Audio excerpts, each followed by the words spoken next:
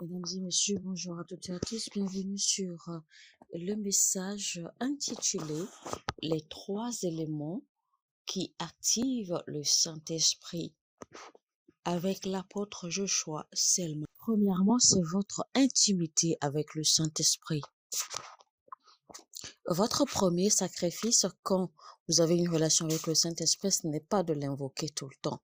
Mais votre premier sacrifice, c'est de plutôt cultiver l'art de développer une relation, une intimité avec lui. C'est cela qui fera que vous aurez facilement une atmosphère conducible pour attirer ou pour activer la présence du Saint-Esprit. Le sacrifice de simuler une atmosphère céleste autour de vous afin de permettre au Saint-Esprit de s'installer aisément. Le roi Salomon a déclaré: Ô Seigneur, bienvenue, viens demeurer à ton lieu de repos. Il n'a pas dit viens demeurer dans la maison que j'ai bâtie pour toi. Parce que Salomon a réussi à bâtir ou à produire une atmosphère céleste conductible pour le Saint-Esprit ou pour abriter le Saint-Esprit. Vous pouvez transformer votre maison en un lieu conductible pour abriter le Saint-Esprit. Vous pouvez transformer votre lieu de prière. Vous pouvez transformer même votre toilette. Vous pouvez transformer n'importe quel lieu de votre maison en un endroit conductible pour abriter tout le temps le Saint-Esprit. Parce que la présence de Dieu dépend de l'atmosphère qui va l'abriter. Et deuxièmement, ou deuxième prix à payer, si vous voulez marcher avec le Saint-Esprit, vous devez avoir un cœur humble ou un cœur brisé.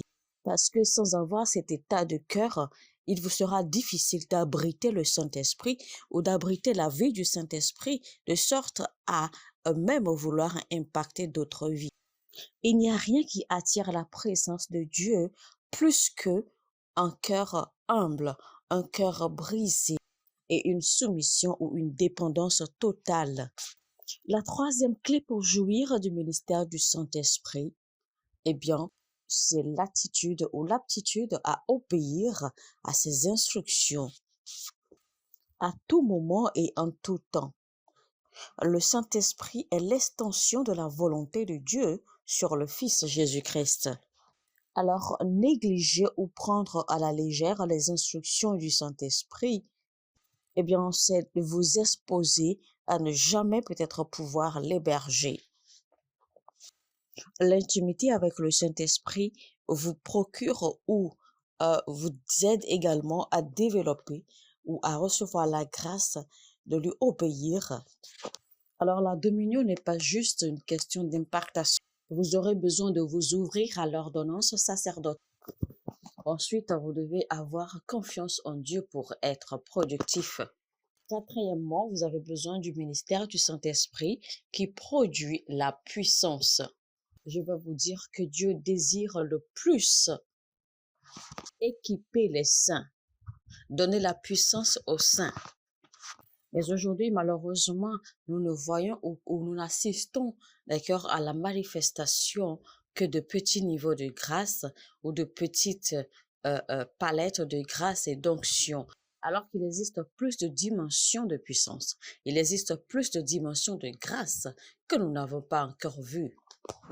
Et ces hautes dimensions de grâce ne sont pas faites pour des cités, elles ne sont pas faites pour les églises. Ces grâces sont plutôt transgénérationnelles.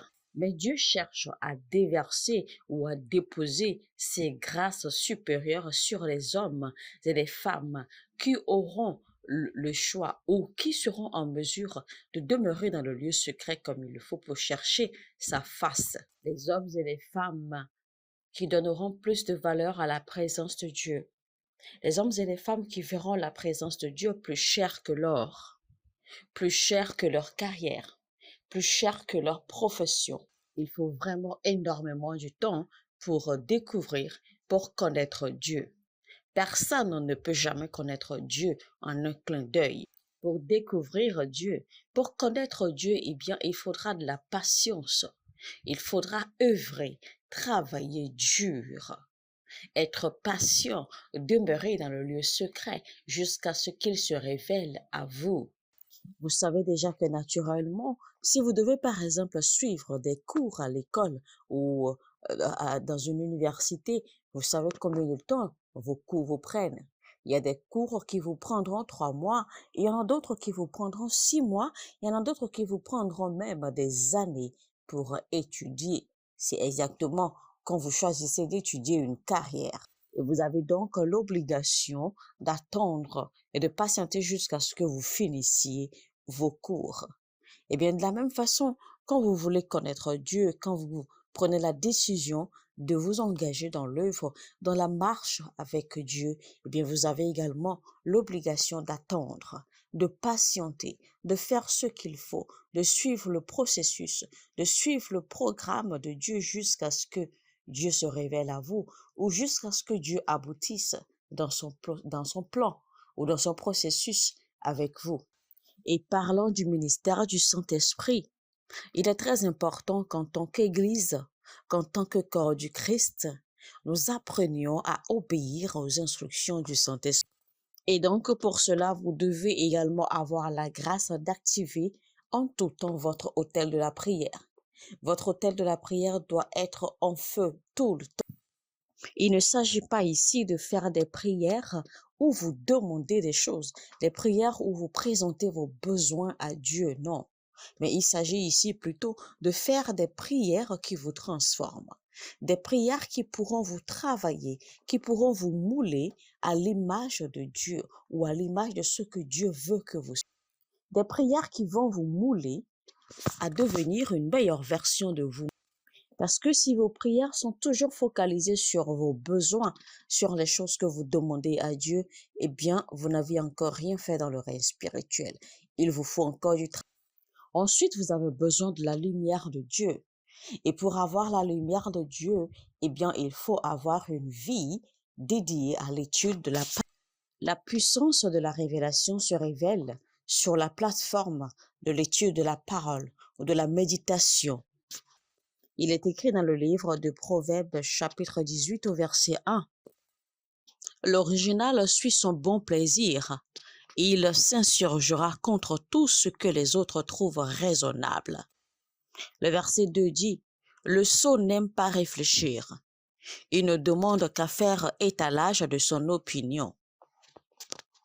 Le verset 4 maintenant dit, les paroles humaines sont comme des eaux profondes. La source de la sagesse est un torrent qui déborde.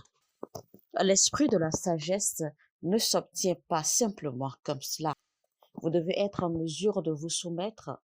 Vous devez être également en mesure de vous séparer, de vous mettre à l'écart pour méditer, pour demander à ce que le Saint-Esprit vous éduque, pour demander à ce que le Saint-Esprit vous enseigne et vous inculque la sagesse. Quand vous faites ce genre de prière, même dans vos sommeils, le Saint-Esprit vous emmène à la recherche de choses. C'est alors qu'avec le temps, avec diligence, le Saint-Esprit vous ouvrira les yeux. Il vous ouvrira à des révélations que vous n'avez jamais eues en lisant ou en méditant sur des versets particuliers de la Bible. Et une fois des révélations reçues, et bien naturellement, sur la force ou la grâce et l'onction qui découle de ces révélations, vous allez facilement défier la présence des ténèbres. Alors, maintenant, parlons de la productivité. La productivité, vous devez être en mesure d'apprendre. Vous devez être capable et prêt à apprendre davantage. Vous devez avoir un esprit assez ouvert pour apprendre de nouvelles choses, pour vous soumettre. Vous devez être prêt à avoir un changement de mentalité. Vous devez être prêt à être enseigné davantage. Vous devez être prêt à ce que le niveau de votre intelligence change. Vous n'avez pas besoin de vous sentir beaucoup trop grand ou beaucoup trop petit pour apprendre. Quand vous découvrez qu'il y a des domaines de la vie ou des domaines dans votre relation avec Dieu que vous ne maîtrisez pas ou que vous ignorez, eh bien, ayez le courage nécessaire la sagesse nécessaire qu'il faut pour demeurer jusqu'à la fin ou jusqu'à ce que vous appreniez.